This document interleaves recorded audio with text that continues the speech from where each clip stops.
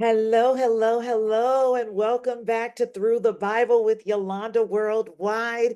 Coming back to you again live from Kenya. It's been amazing. It's been amazing. We are winning souls here in the nation of Kenya. We are in Nairobi in particular, but I still wanted to keep true and follow through with us reading the Bible. I want to apologize up top. A couple of those days so far may be in a different version, but ultimately we are going to be reading through the message version of the Bible. So if any of them, for some reason, my app that I was reading from had been bouncing back and forth between another version, I'm not sure if that affected any of the days, but we will primarily be reading through the message Bible all year long until we get through from Genesis to Revelation. And yay, we finished Genesis just yesterday. And today we are starting the book of Exodus, and I'm excited about it. We'll read only a few chapters today because, again, I want to preserve the time and focus here in the nation of Kenya on the assignment that I have here. And so, but we're still going to get through in this year. So let's dive right in with Exodus chapter 1. These are the names of the Israelites who went to Egypt with Jacob, each bringing his family members Reuben, Simeon, Levi, and Judah, Issachar, Zebulun, and Benjamin, Dan and Naphtali, Gad and Asher. 70 persons in all generated by Jacob's seed. Joseph was already in Egypt. Then Joseph died, and all his brothers, that whole generation. But the children of Israel kept on reproducing. They were very prolific, a population explosion in their own right, and the land was filled with them. A new king came to power in Egypt who didn't know Joseph. He spoke to his people with alarm. There are way too many of these Israelites for us to handle. We've got to do something. Let's devise a plan to contain them, lest if there's a war, they should join our enemies or just walk off and leave us. So they organized them into work gangs and put them to hard labor under gang foremen. They built the stored cities, Pithom and Ramesses for Pharaoh. But the harder the Egyptians worked them, the more children the Israelites had, children everywhere. The Egyptians got so they couldn't stand the Israelites, and they treated them worse than ever, crushing them with slave labor. They made them miserable with hard labor, making bricks and mortar and back-breaking work in the fields. They piled on the work, crushing them under the cruel workload. The king of Egypt had a talk with the two Hebrew midwives. One was named Sapphira and the other Pua. He said, when you deliver the Hebrew women, look at the sex of the baby. If it's a boy, kill him. If it's a girl, let her live. But the midwives had far too much respect for God and didn't do what the king of Egypt ordered. They let the boy babies live. The king of Egypt called in the midwives. Why didn't you obey my orders? You've let those babies live. The midwives answered Pharaoh, the Hebrew women aren't like the Egyptian women. They're vigorous. Before the midwife can get there, they've already had the baby. God was pleased with the midwives. The people continued to increase in number, a very strong people. And because the midwives honored God, God gave them families of their own. So Pharaoh issued a general order to all his people, that is born, every boy that is born, drown him in the Nile, but let the girls live. Chapter 2. A man from the family of Levi married a Levite woman. The woman became pregnant and had a son. She saw there was something special about him and hid him. She hid him for 3 months. When she couldn't hide him any longer, she got a little basket boat made of papyrus, waterproofed it with tar and pitch, and placed the child in it. Then she set it afloat in the reeds at the edge of the Nile. The baby's older sister found herself a vantage point a little way off and watched to see what would happen to him. Pharaoh's daughter came down to the Nile to bathe. Her maiden strolled on the bank. She saw the basket boat floating in the reeds and sent her maid to get it. She opened it and saw the child, a baby, crying. Her heart went out to him. She said, "This must be one of the Hebrew babies." Then his sister was before her. "Do you want me to go and get a nursing mother from the Hebrews so she can nurse the baby for you?" Pharaoh's daughter said, "Yes, go." The girl went and called the child's mother. Pharaoh's daughter told her, "Take this baby and nurse him for me. I'll pay you." The woman took the child and nursed him. After the child was weaned, she presented him to Pharaoh's daughter, who adopted him as her son. She named him Moses, pulled out, saying, "I pulled him out of the water."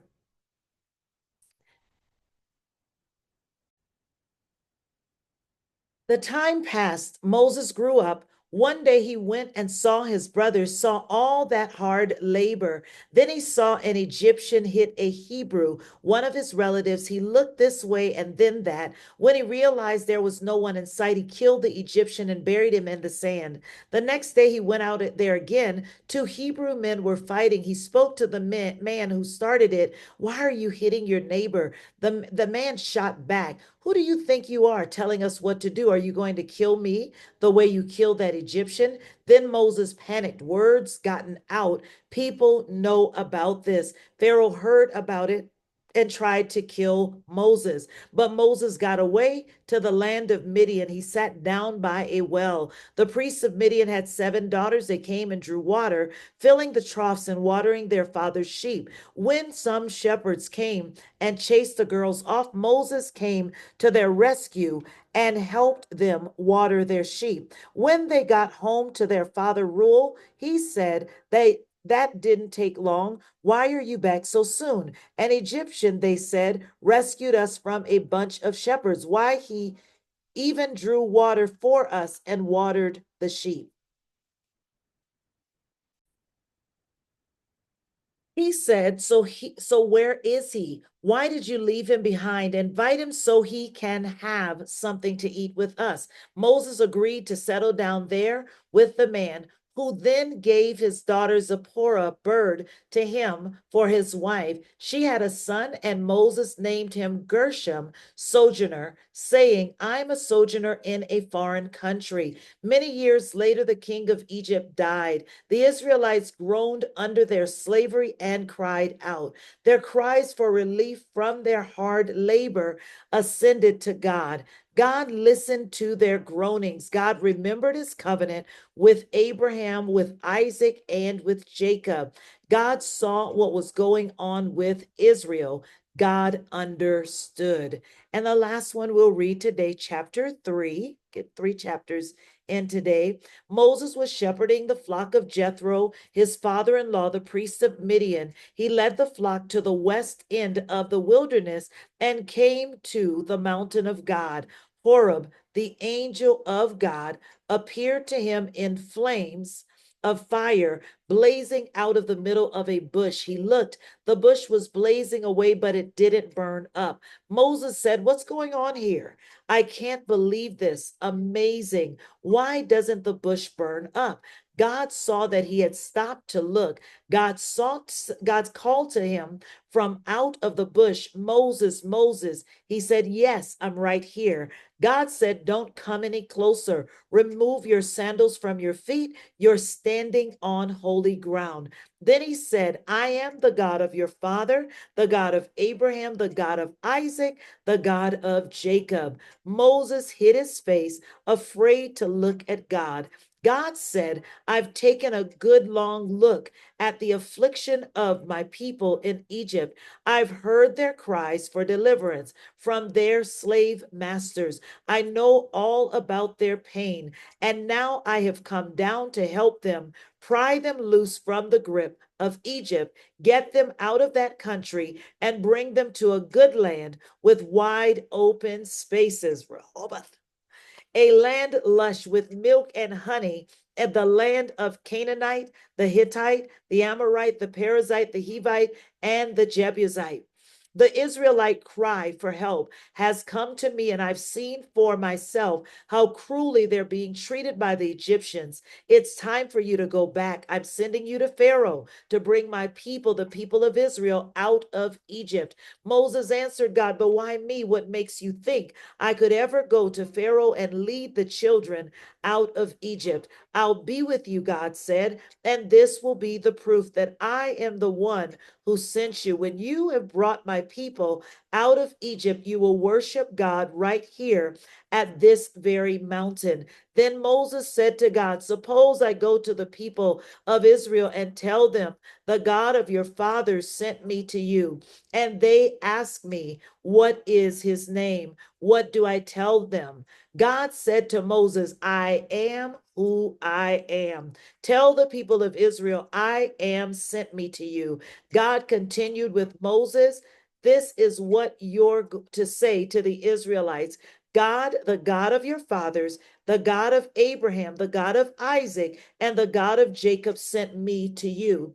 This has always been my name, and this is how I always will be known. Now be on your way. Gather the leaders of Israel. Tell them, God, the God of your fathers, the God of Abraham, Isaac, and Jacob, appeared to me, saying, I've looked into what's being done to you in Egypt, and I've determined to get you out of the affliction of Egypt and take you to the land of the Canaanite, the Hittite, the Amorite, the Perizzite, the Hivite, and the Jebusite, a land brimming over with milk and honey. Believe me, they will listen to you.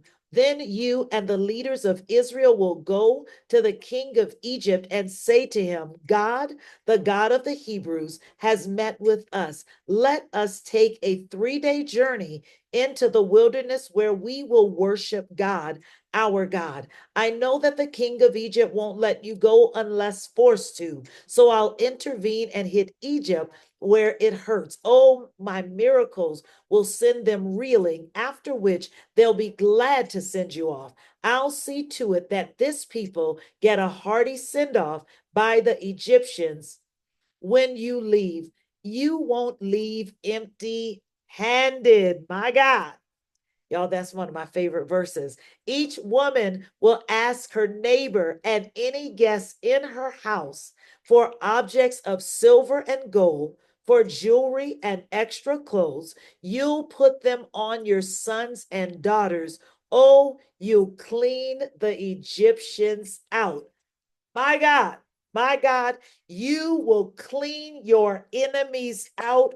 You will not leave empty handed.